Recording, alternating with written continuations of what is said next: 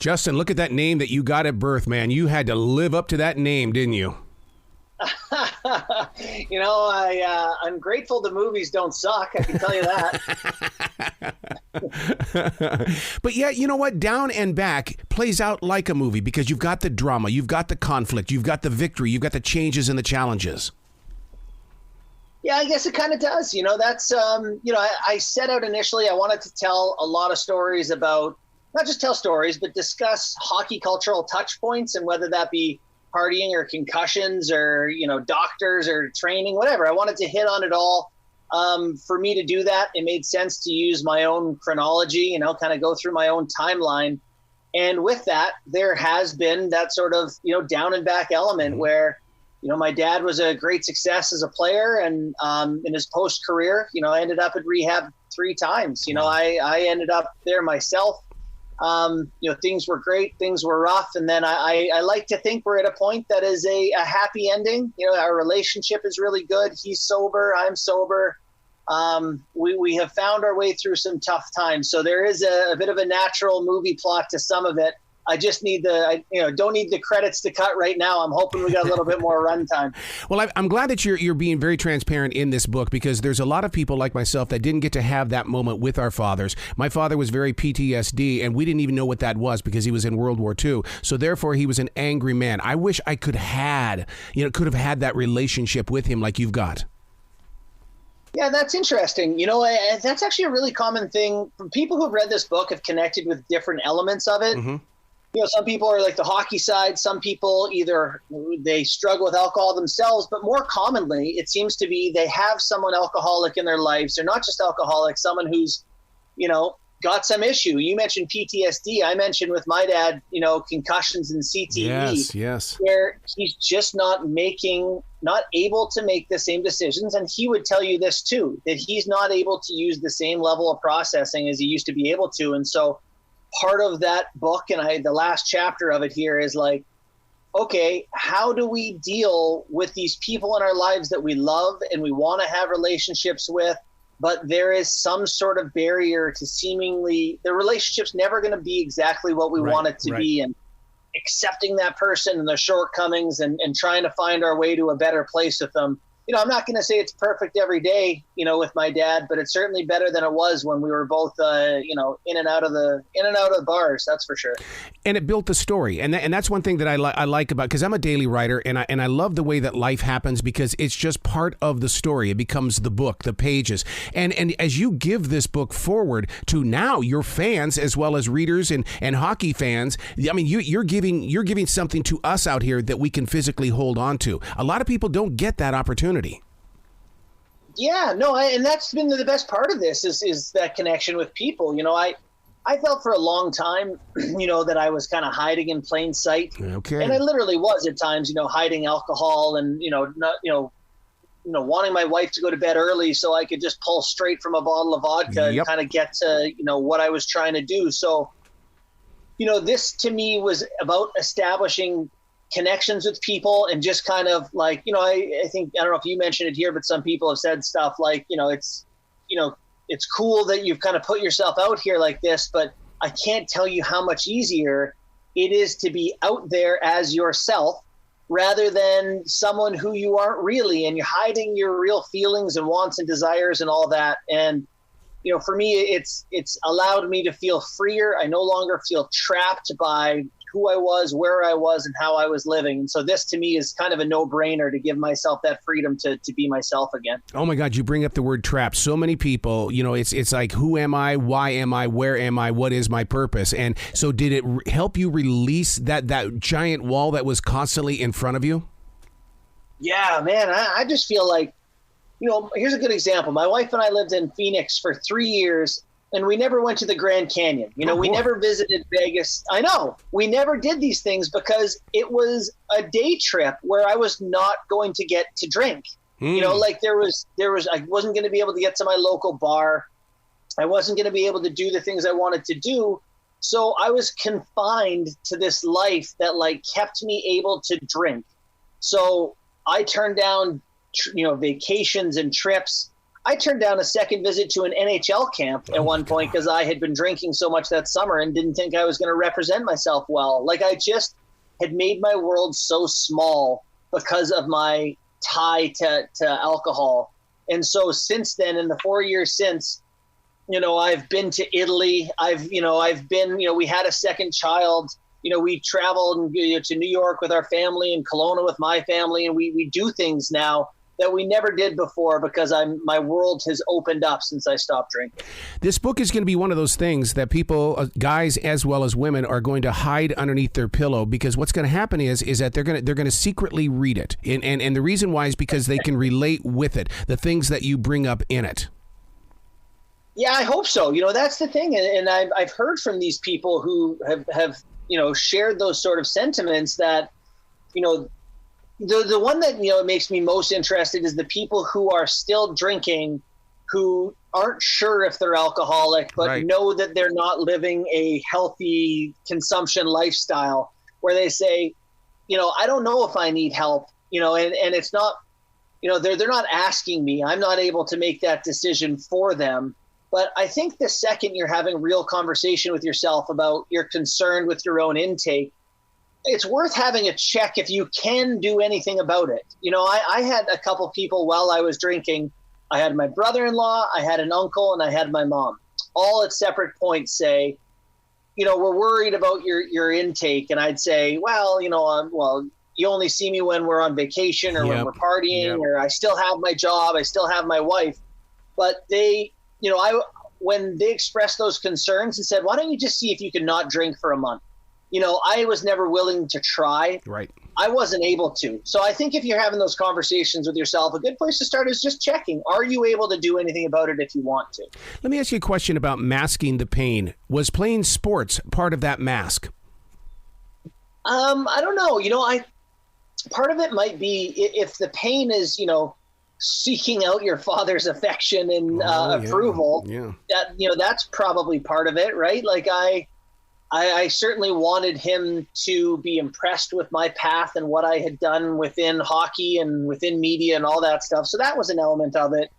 But other than that, the sporting life is just something I was genuinely interested in. It's just unfortunate, that a lot of the world around hockey and just all sports in general encourages a culture of sort of machismo and excess, and I'll just stop myself before I sound like I'm blaming hockey. I certainly don't, but there are elements of it that encourage excess, right? About being the guy who can party the hardest and drink the most, just like anything in sports. So I ended up in a situation that certainly did nothing to slow down whatever problem I did have. Putting the focus on concussions. A lot of fans in the game, we go to a hockey game to see the fight, but we never get to talk to the physical player after you've been knocked in the head pretty hard. Now, I got hit many times in Taekwondo in the head. I did not enjoy that, and I hated the fact that I had no control over my wobbly knees. Yeah, that's interesting. Yeah, It's funny, too, because, we didn't know for the longest time that, what effect it had on you. It's kind of like, you get your bell rung, you feel a little wobbly, but you get it back and you're fine. And you don't realize that, you may have permanently damaged a little piece of your brain that you may need in your older years.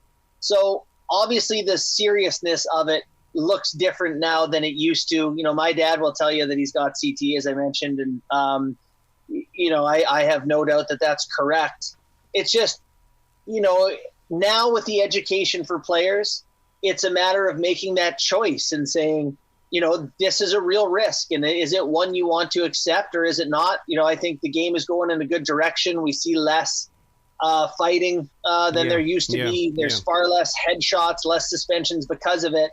So the game seems to be going in a more protective way, but you're never going to have a physical sport like hockey and have you be completely safe from those sort of knocks to the head. So there is a level of risk involved that you have to accept if you want to play. At your age today, what other part of your body took a hit? Because I played hockey when I was in high school and took a hit to my knee so badly that even today I still have the pain. What did you go through and what do you go through to get away from that pain? Because it feels like I've been branded for a life. Yeah, a lot of people, seek out different things. When I was playing, it's amazing the amount of painkillers guys take, right? Like we, I mentioned in the book, we had a shady doctor that ended up, he's in jail for, handing out illegal, prescriptions. He used to come to our parties with a script pad and take your order like it was McDonald's. Like it was, that was a big way to get through it in the short term. In the long term, there's been massive growth in education and wellness and, personal health.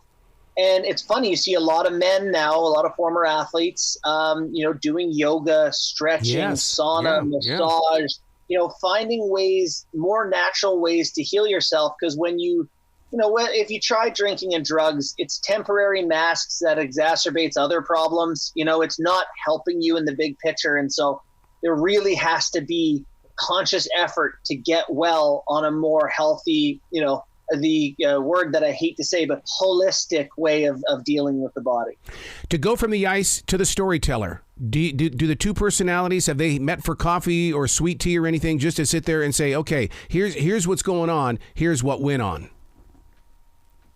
Yeah, it's the storytelling side of it to me is fun, and I enjoy that aspect of it. It's like, how do you tell a story in an engaging way? And I think within my book, I had to tell a story to make people understand the severity of where things had gone for my dad, and to help them understand my relationship with my dad and some of my emotional, sort of trauma. It's a bit serious of a word, but so, the book opens up telling the story of, my dad stealing back a Stanley Cup ring he had given me for high school graduation. Stealing that back and selling it, and that's a heavy, hard story. So, I told it with his permission. And, for me, there's that aspect of how do you make people understand?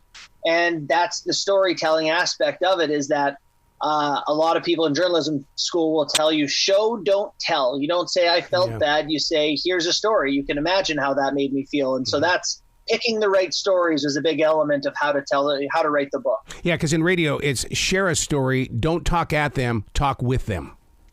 And become a part of their conversation. It is about them. Yeah, and that's great, right? That's like, how do you get in? People are so different, and how do they want to talk about what they want to talk about?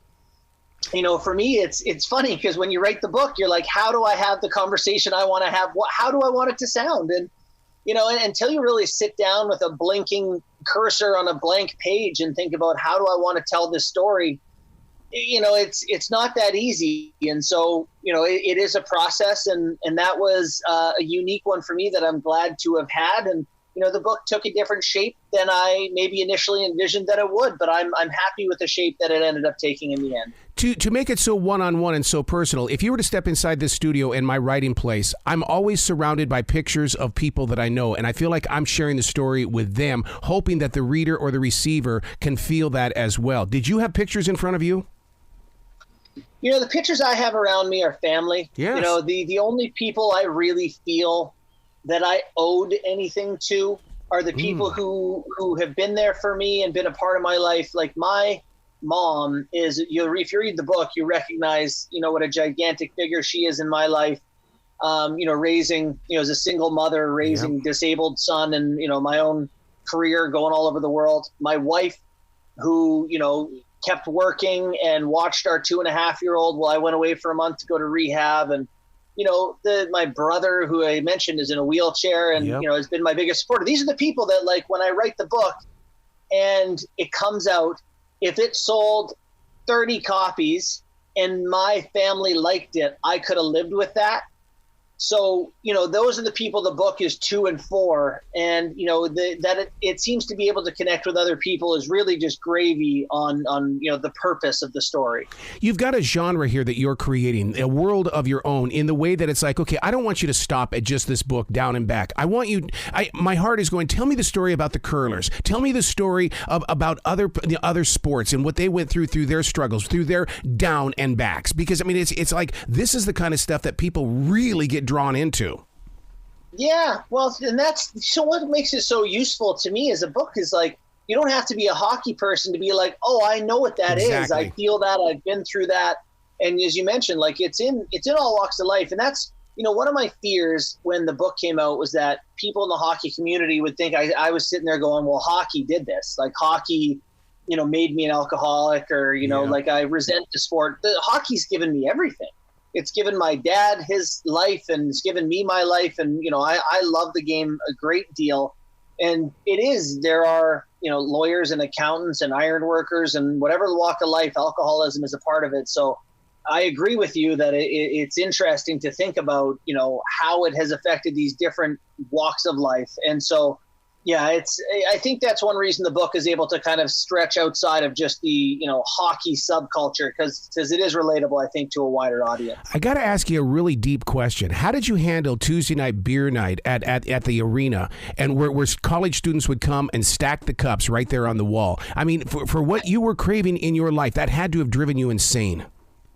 Yeah, it's funny. The college years there, were such a beginning of my alcoholism where, like, yes, I probably drank more than everyone else, but in college, it wasn't like, hey, that guy's an alcoholic. It's like, that person's awesome. Yeah. It was like, it was celebrated in a strange way. So for me, it was just like a reminder of what's to come after the game. We used to go out to some of those bars and on the road, and you'd get a cup with your number on it, and you just hand it to the bartender, and they fill it up with no tab, like, for those were great times when my responsibilities were such at a level that I had to be a good hockey player and to do my schoolwork, and I could keep those things under control at that level.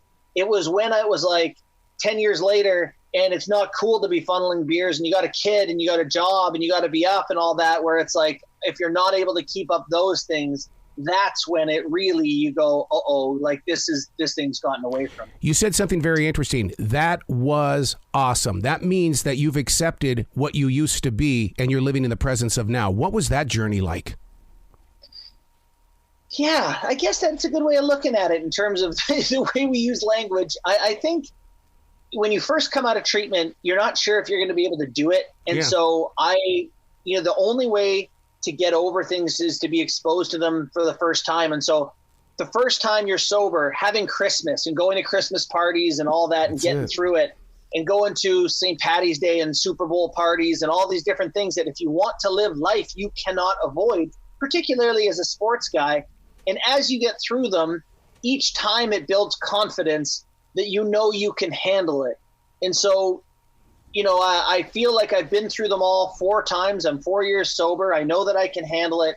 And the way that my wife and I have said it to one another is like, we've reclaimed the old memories that were good. When we would sit at the bar and drink too much and laugh and go home. And those were great times that her and I shared that became clouded when it was, oh my God, is alcohol going to ruin our marriage? Now that we're where we are, we're able to reclaim those memories and say, you know what, those still were fun times. We're at a better place now. So it's a way of getting a piece of your life back, getting sober. Wow. Please come back to this show anytime in the future. I really want to keep in touch with you and the way that you are bringing your stories forward.